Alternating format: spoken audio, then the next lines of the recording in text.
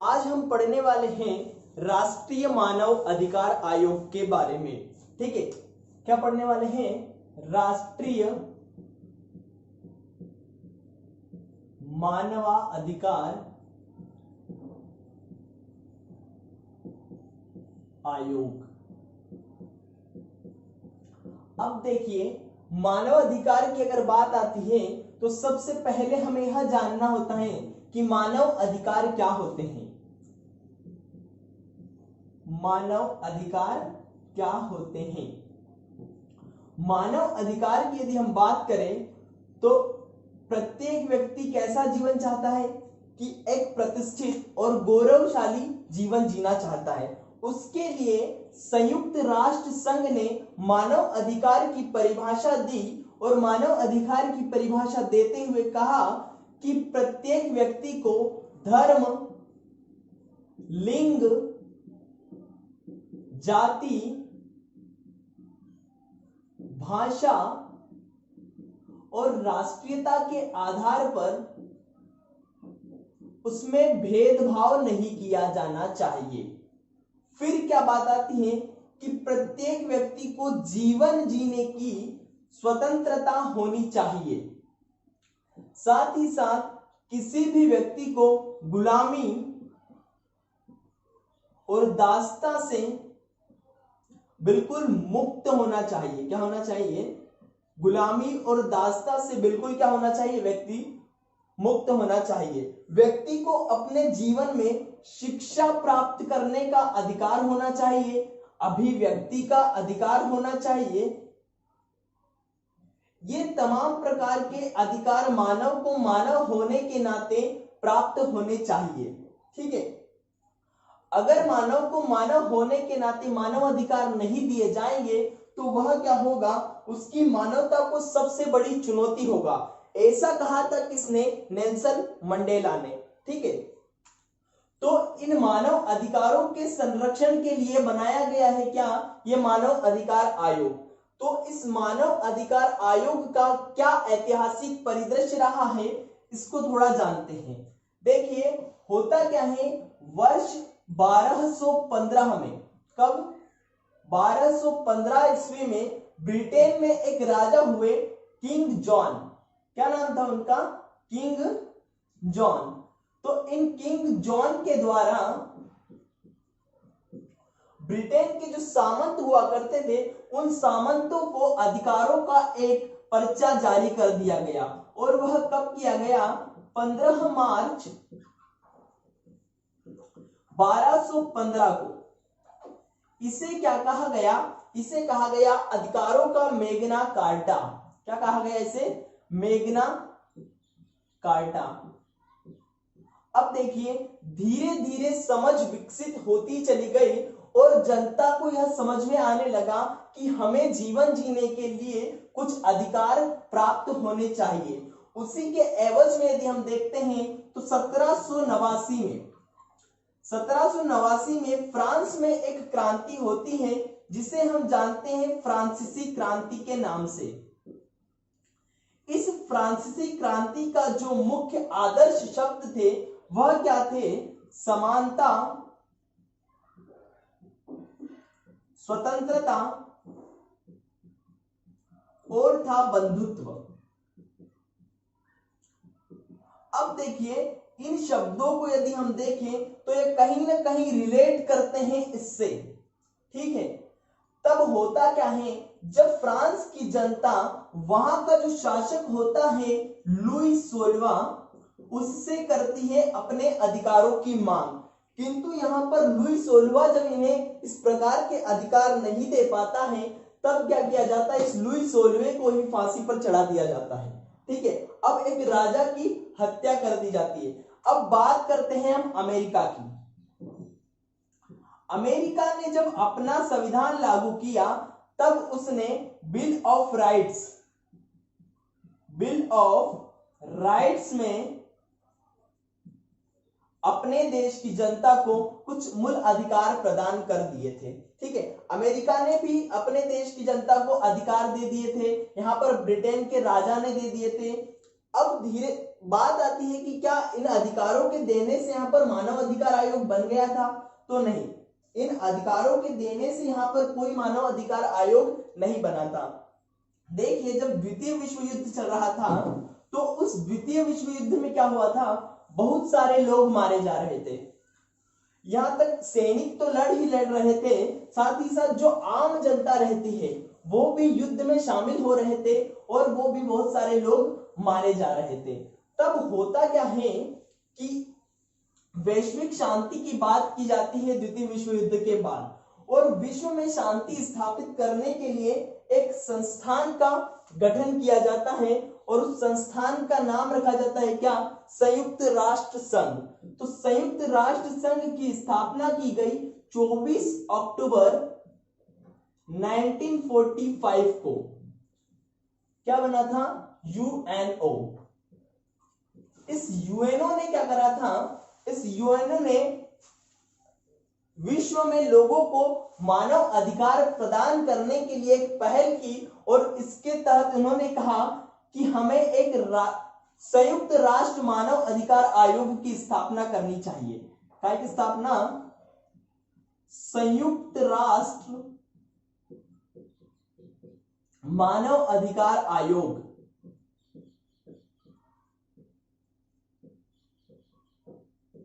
अब देखिए, इसी की पहल पर 1946 में संयुक्त राष्ट्र मानव अधिकार आयोग की स्थापना की गई। तो क्या इस संयुक्त राष्ट्र मानव अधिकार आयोग की स्थापना से राष्ट्रीय मानव अधिकार आयोग बन गया था? जी नहीं। अब होता क्या है कि 10 दिसंबर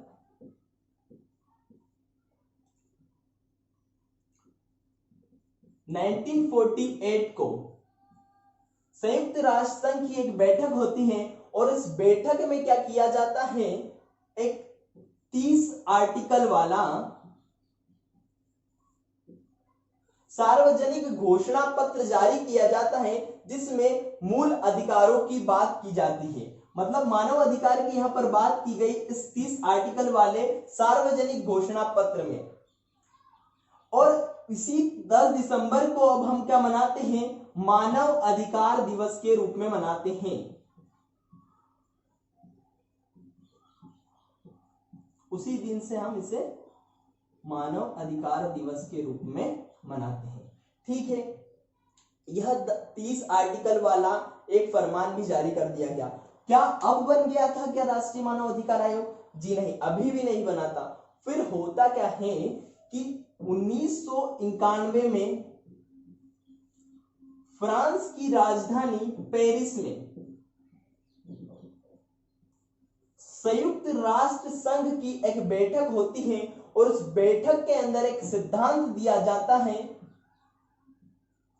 और इस सिद्धांत में क्या कहा जाता है कि प्रत्येक देश को वहां के नागरिकों के अधिकारों के संरक्षण के लिए एक राष्ट्रीय मानव अधिकार आयोग बनाना चाहिए।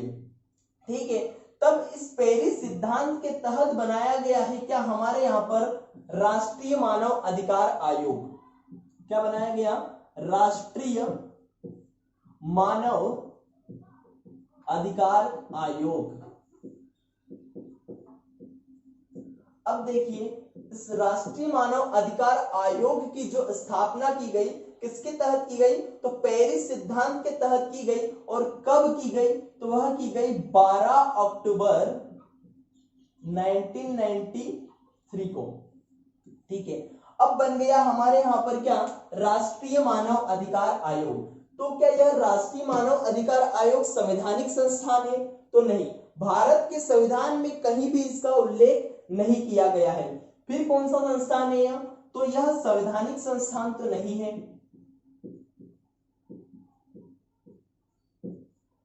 अब बात आती है कि इस आयोग की जो स्थापना की गई थी वह राष्ट्रपति के द्वारा एक अध्यादेश के माध्यम से की गई थी, इसलिए इसे हम क्या कहेंगे कि यह एक वैधानिक संस्थान है। कौन सा संस्थान है, वैधानिक संस्थान है। ठीक है, अब हम जानते हैं राष्ट्रीय मानव अधिकार आयोग की स्थापना के पश्चात कि किस उद्देश्य से भारत में यह बनाया गया होगा। राष्ट्रीय मानव अधिकार आयोग के उद्देश्य क्या रहे होंगे, उस उद्देश्य को जानते हैं। देखिए अगर उद्देश्य की बात करें तो पहला उद्देश्य क्या रहेगा इसका,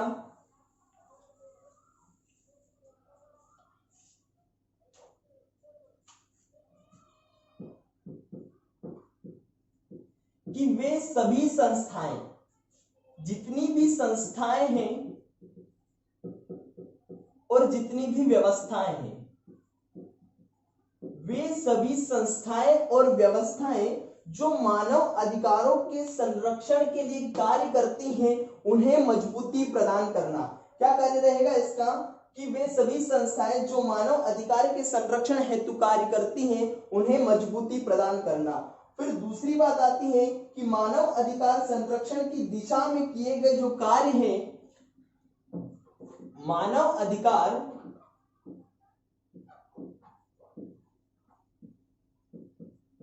संरक्षण की दिशा में जो भी कार्य किए जा रहे हैं उन कार्यों को सशक्त बनाना, मतलब अधिक से अधिक उन कार्यों को शक्ति प्रदान करना। ठीक है, तो इस प्रकार के उद्देश्य रहेंगे यहां पर किसके, मानव अधिकार आयोग के। अब बात आती है कि जो मानव अधिकार आयोग है यह किन लोगों से मिलकर बनेगा, क्या इसकी संरचना होगी। देखिए हुआ क्या है कि जो 2019 में एक नया संशोधन कर दिया गया है, इसकी संरचना में कुछ बदलाव कर दिया गया है, तो उस बदलाव के साथ हम पढ़ेंगे और इसके पहले क्या व्यवस्था थी संरचना में उसको भी हम जानेंगे, ताकि हम एक कंपेयर कर सकें कि आज यह क्या है और इसके पहले क्या था। वर्ष 2019 में यहां पर इसमें संशोधन किया गया, और संशोधन कब से लागू हुआ, तो यह संशोधन लागू हुआ 27 जुलाई 2019 से। ठीक है, संशोधन के साथ पढ़ेंगे इसकी संरचना। अब देखिए सबसे पहले बात आती है कि इस आयोग के जो भी सदस्य होंगे उन सदस्यों की नियुक्ति कौन करेगा।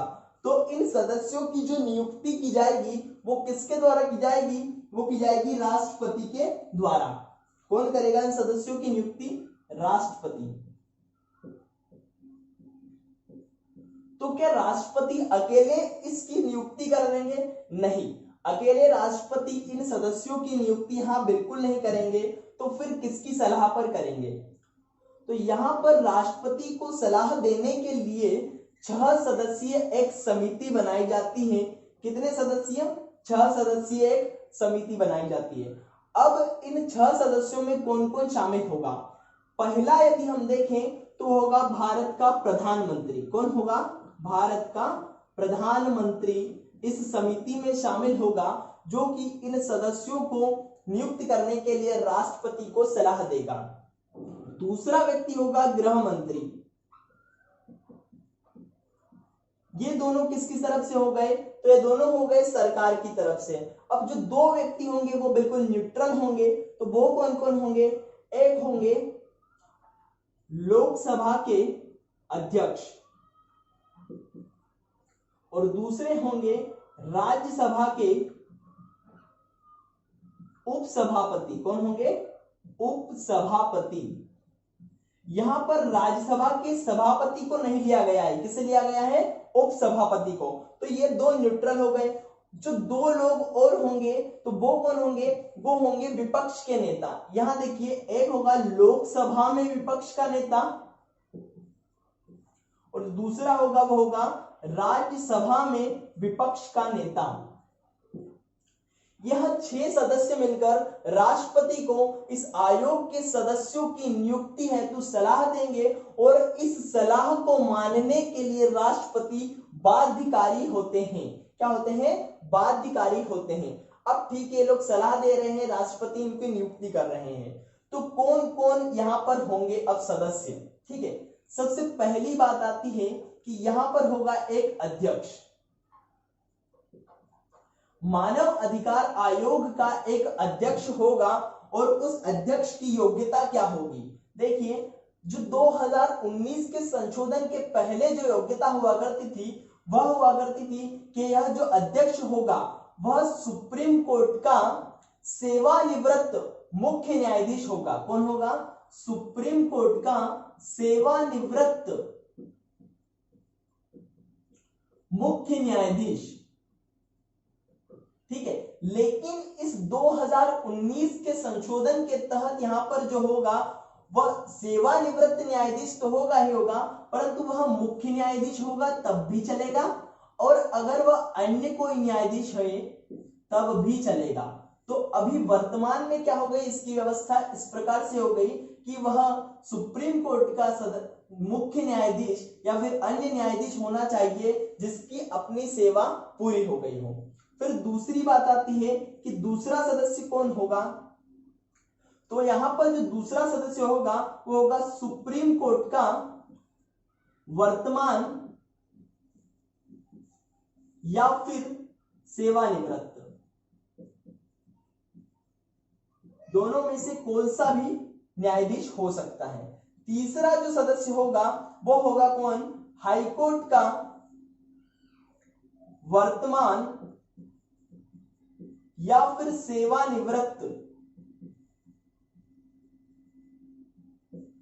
कौन सा न्यायाधीश होना चाहिए? वह मुख्य न्यायाधीश होना चाहिए।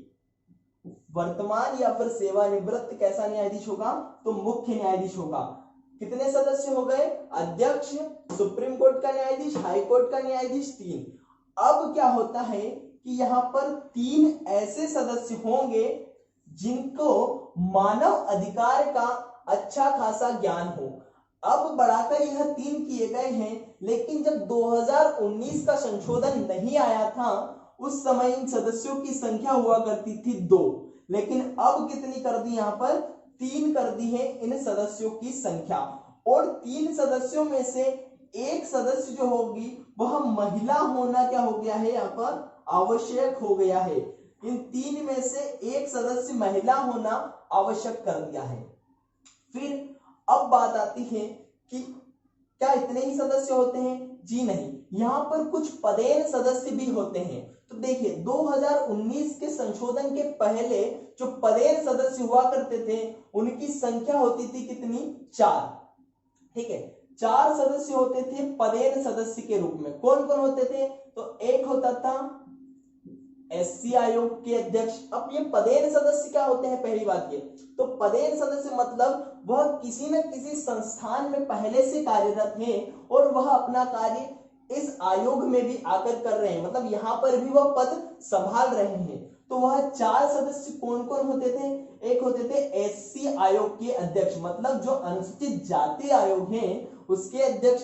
एक होते थे एसटी आयोग, मतलब अनुसूचित जनजाति आयोग के अध्यक्ष भी इसमें शामिल होते थे। एक होते थे अल्पसंख्यक आयोग, अल्पसंख्यक आयोग के अध्यक्ष भी यहां पर शामिल होते थे। और जो चौथे होते थे वो होते थे महिला आयोग के अध्यक्ष। तो इन 4 आयोगों के अध्यक्ष पहले पदेन सदस्य के रूप में मानव अधिकार आयोग में शामिल होते थे, लेकिन अब 2019 के संशोधन के तहत यहां पर इन सदस्यों की संख्या में भी वृद्धि कर दी गई है। और कितने सदस्य और बढ़ा दिए गए हैं? तो 3 सदस्य और बढ़ाकर यहां पर इन सदस्यों की संख्या 7 कर दी गई है। तो देखिए 4 सदस्य तो यही शामिल होंगे, और जो 3 सदस्य बढ़ाए गए हैं वो कौन कौन होंगे? तो एक होंगे ओबीसी आयोग के अध्यक्ष। कौन होंगे? ओबीसी आयोग के अध्यक्ष। दूसरे होंगे यहां पर दिव्यांगजन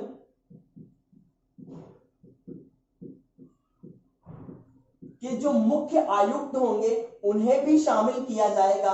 और जो 7वें सदस्य के रूप में होंगे वो होंगे बाल अधिकार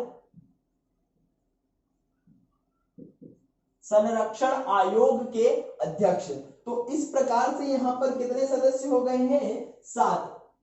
ठीक है, अब देखिए इस संरचना के तहत हम देखें तो पहले यहां पर कुल कितने सदस्य होते थे? देखिए जो 5 सदस्य होते थे अध्यक्ष सहित 5 सदस्य होते थे और 4 होते थे मुख्य सदस्य। तो पहले कुल 9 सदस्य हुआ करते थे और अब वर्तमान में कितने सदस्य हो गए? तो अध्यक्ष को भी मिला लिया जाए तो यहाँ पर 13 सदस्य हो गए हैं। देखिए, एक हो गया अध्यक्ष, 5 यह सदस्य हो गए हैं, एक सुप्रीम कोर्ट का न्यायाधीश, हाई कोर्ट का न्यायाधीश और 3 अन्य, तो 5 ये लोग हो गए हैं और 7 पदेन सदस्य यहाँ पर शामिल हो गए हैं। तो कुल मिलाकर कितने सदस्य हो गए यहाँ पर? 13। ठीक है, इस प्रकार से होती है इस मानव अधिकार आयोग की संरचना। अब मानव अधिकार आयोग की संरचना हो गई, इसमें इतने सदस्य शामिल हो गए, तो किस प्रकार से यह कार्य करेगा? अब हम जानते हैं मानव अधिकार आयोग के कार्यों की यदि हम बात करें तो क्या कार्य करेगा यह मानव अधिकार आयोग? देखिए, सबसे पहली बात यहां पर आती है कि उन सभी मामलों की जांच करना जो मानव अधिकार के उल्लंघन से संबंधित हो। मतलब मानव अधिकार के उल्लंघन से संबंधित मामलों की जांच करना। अब इसके लिए वह क्या क्या कर सकता है? तो पहली बात आती है, अगर इन जांच के लिए उसे किसी सरकारी दस्तावेज की आवश्यकता है तो वह सरकारी दस्तावेज बुलवा सकता है। साथ ही साथ अगर किसी सरकारी अधिकारी से कुछ पूछताछ करनी है तो वह भी कर सकता है। अधिकारी से पूछताछ भी कर सकता है। तीसरी बात यहां पर आती है कि अगर उसे किसी गवाह की आवश्यकता है तो वह गवाह भी बुला सकता है। ठीक है, इस प्रकार के कार्य करेगा यहां पर। दूसरी बात आती है कि अगर न्यायालय में, कहां पर? न्यायालय में मानव अधिकार से संबंधित कुछ मामले जो लंबित पड़े हुए हैं उनको पुनः लाने के लिए यहां पर सिफारिश कर सकता है, उनकी सुनवाई हेतु सिफारिश कर सकता है। तो कौन करेगा? मानव अधिकार आयोग। मतलब न्यायालय में लंबित पड़े जो मामले हैं उनकी सुनवाई हेतु सिफारिश कौन करेगा? तो करेगा मानव अधिकार आयोग। फिर तीसरी बात आती है जेल या फिर कहीं बंदी गृह।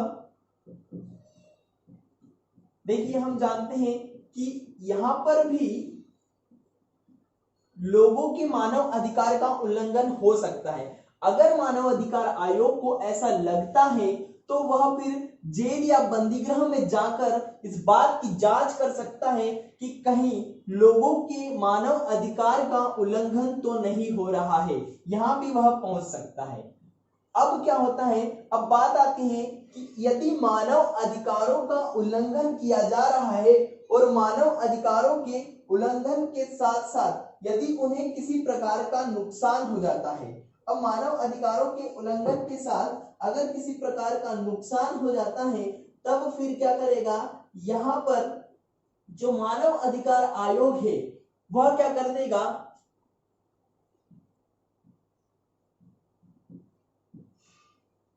मुआवजा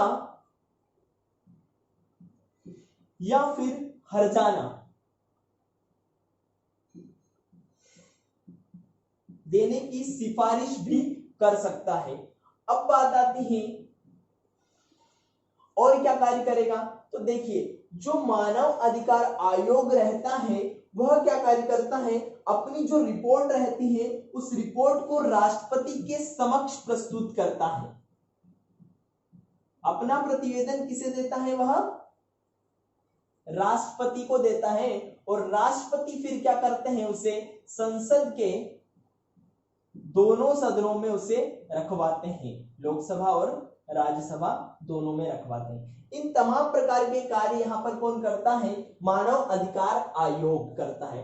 अब यदि प्रश्न पूछ लिया जाए कि मानव अधिकार आयोग के कार्यों का उल्लेख कीजिए, साथ ही उनकी आलोचना कीजिए, मतलब उनका जो कार्य है उनका आलोचनात्मक विवरण दीजिए। तो यहां पर इसकी कुछ सीमाएं हम देख लेते हैं। ठीक है, कि क्या इसकी सीमाएं होती है। देखिए, पहली बात यदि हम देखें तो जो मानव अधिकार आयोग है, ठीक है, उसकी अपनी स्वयं की कोई भी एक जांच तंत्र नहीं होता, स्वयं का कोई भी एक जांच तंत्र नहीं होता है। इसके लिए वह जांच के लिए किसकी सहायता लेता है? तो जांच के लिए वह सरकार की सहायता लेता है। किसकी सहायता ले रहा है? जांच हेतु सरकार की सहायता ले रहा है। फिर दूसरी बात हम करें तो जो मानव अधिकार आयोग है वह क्या कर सकता है? सिर्फ और सिर्फ सिफारिश कर सकता है, अपने निर्णयों को लागू करने के लिए बाध्य नहीं कर सकता। सिर्फ क्या कर सकता है? यह सिफारिश कर सकता है, निर्णय को लागू करने हेतु बाध्य नहीं कर सकता यह। और बात आती है यहां पर कुछ धन का अभाव भी है, तो इस धन की अपर्याप्तता के कारण भी कुछ काम रुक जाते हैं। और क्या इसकी सीमा है? तो देखिए अगली यदि हम बात करें तो जो मानव अधिकार आयोग है इसकी जो सिफारिश रहती है, इस सिफारिश को बहुत बार क्या करती है सरकार, या तो पूरी तरह से खारिज कर देती है या फिर क्या करती है आंशिक रूप से ही लागू करती है, आंशिक रूप से ही लागू करती है इसकी सिफारिशों को। तो इस प्रकार की अपनी सीमाएं होती हैं, तो इनको दूर करने के लिए क्या हम कुछ सुझाव दे सकते हैं, उन्हें भी जान लेते हैं। ठीक है, देखिए अगर हम चाहते हैं कि मानव अधिकार आयोग अपने कार्य को पूर्ण तरीके से और व्यवस्थित रूप से करें ताकि मानव अधिकारों का उल्लंघन बिल्कुल भी ना हो, तो इसके लिए हम कुछ सुझाव दे सकते हैं। ठीक है, क्या सुझाव होंगे हमारे? देखो सबसे पहली बात यहां पर हम क्या कर रहे थे कि जो कार्य करता है या फिर किसी प्रकार की जांच करता है तो उस जांच के लिए सरकार की सहायता लेता है। तो अगर हम यहां पर क्या कर दें कि इसका एक स्वयं का जांच तंत्र बना दें तो फिर यह स्वतंत्र रूप से जांच कर पाएगा। ठीक है भाई। फिर दूसरी बात यहां पर क्या हो रही थी कि जो सिफारिश कर रहा था उसे सरकार या तो खारिज कर दे रही थी या फिर क्या कर दे रही थी आंशिक रूप से लागू कर रही थी। तो इसकी जो सिफारिश रहती है उस सिफारिश को यदि हम सरकार के द्वारा पूर्ण रूप से लागू करवा दे तब भी काम बनता हुआ दिखाई देगा। तीसरी बात इसकी संरचना से उठकर आती है कि अभी तक हम देख रहे थे कि जो न्यायालय है या फिर बहुत सारे मंत्रालय हैं वहां से उठकर यहाँ पर सदस्य आ रहे थे। अगर इसकी संरचना की बात करें तो इसकी संरचना में थोड़ा परिवर्तन किया जाए और यहाँ पर किसको बुला लिया जाए, कुछ आम लोगों को भी बुला लिया जाए, साथ ही साथ जो सामाजिक संगठन होते हैं अगर इन सामाजिक संगठनों के जो प्रतिनिधि होते हैं उन प्रतिनिधि को भी यहां पर चुना जाए तो फिर और अच्छी तरीके से यहां पर कार्य किया जा सकता है। ठीक है, तो हमने इसको कुछ सुझाव भी प्रस्तुत कर दिए। अब हम कह सकते हैं कि हमने जो राष्ट्रीय आयोग है, मानव अधिकार आयोग है, उसके कार्यों को, उद्देश्यों को जान लिया है, साथ ही साथ उसकी अपनी क्या सीमाएं हैं और उसे हमने सुझाव भी प्रस्तुत कर दिए हैं। तो हम आसानी से कह सकते हैं कि हाँ अब हम मानव अधिकार आयोग को कुछ जानने लगे हैं। ठीक है, तो इस प्रकार से बनते हैं अगर प्रश्न कि मानव अधिकार आयोग की भूमिका और उसके उद्देश्यों का वर्णन कीजिए, तब भी हम लिख सकते हैं। अगर पूछ लिया जाए कि मानव अधिकार आयोग क्या है, मानव अधिकार आयोग क्या है तथा इसके कार्यों का आलोचनात्मक वर्णन कीजिए 200 शब्दों में, तब हम इसे लिख पाएंगे। अब ठीक है, अब कुछ फैक्चुअल प्रश्न जो बन सकते हैं। अगर पूछ लिया जाता है कि मानव अधिकार आयोग के वर्तमान में अध्यक्ष कौन है, तो इसके वर्तमान अध्यक्ष कौन है? वो है H.L. दत्तू। कौन है? H.L. दत्तू। हंडियाला लक्ष्मी नारायण स्वामी दत्तू यहां पर बनाए गए हैं मानव अधिकार आयोग के अध्यक्ष। और किसके स्थान पर बनाए गए हैं? तो बनाए गए हैं के जी बालकृष्णन के स्थान पर। ठीक है, और कब बनाए गए हैं, तो बनाए गए हैं 16 फरवरी 2016 को। ठीक है, अब पूछ लिया जाए कि इस अध्यक्ष का कार्यकाल कितना होता है, तो देखिए 2019 के संशोधन के पहले जो इनका कार्यकाल हुआ करता था वह हुआ करता था 5 वर्ष या फिर 70 वर्ष की आयु, लेकिन अब इस कार्यकाल को कम करके कर दिया गया है 3 वर्ष या फिर 70 वर्ष की आयु। ठीक है, अब यदि पूछ लिया जाए आपसे कि इस मानव अधिकार आयोग के पहले अध्यक्ष कौन थे, तो जो प्रथम अध्यक्ष थे वो थे कौन, श्री न्यायमूर्ति रंगनाथ मिश्र। कौन थे, रंगनाथ मिश्र। ठीक है, अगर ऐसा प्रश्न बन जाता है कि निम्न में से कौन इसके अध्यक्ष नहीं रहे, तब हमें क्या करना पड़ेगा कि स्टार्टिंग से लेकर वर्तमान तक इसके जितने भी अध्यक्ष हैं उनकी लिस्ट को एक बार देखना पड़ेगा। ठीक है, फिर अब बात आती है कि यहां पर जो मानव अधिकार आयोग का गठन किया गया वो एक अध्यादेश के माध्यम से किया गया, तो यह अध्यादेश राष्ट्रपति के द्वारा कब जारी किया गया, तो उसकी डेट भी हम ध्यान रख सकते हैं, क्या है, 28 सितंबर 1993। अब इस 28 सितंबर 1993 को राष्ट्रपति के द्वारा अध्यादेश तो जारी कर दिया गया, लेकिन फिर संसद के दोनों सदनों में पास होने के पश्चात राष्ट्रपति द्वारा इसे मंजूरी कब दी गई, तो राष्ट्रपति द्वारा इसे मंजूरी दी गई थी 8 जनवरी 1994 1994 में 8 जनवरी 1994 को राष्ट्रपति के द्वारा इसे मंजूरी दी गई थी। ठीक है, तो इन तमाम प्रकार के प्रश्नों का उत्तर आप दे सकते हैं अगर एक शब्द में पूछा जाए तो। ठीक है, धन्यवाद।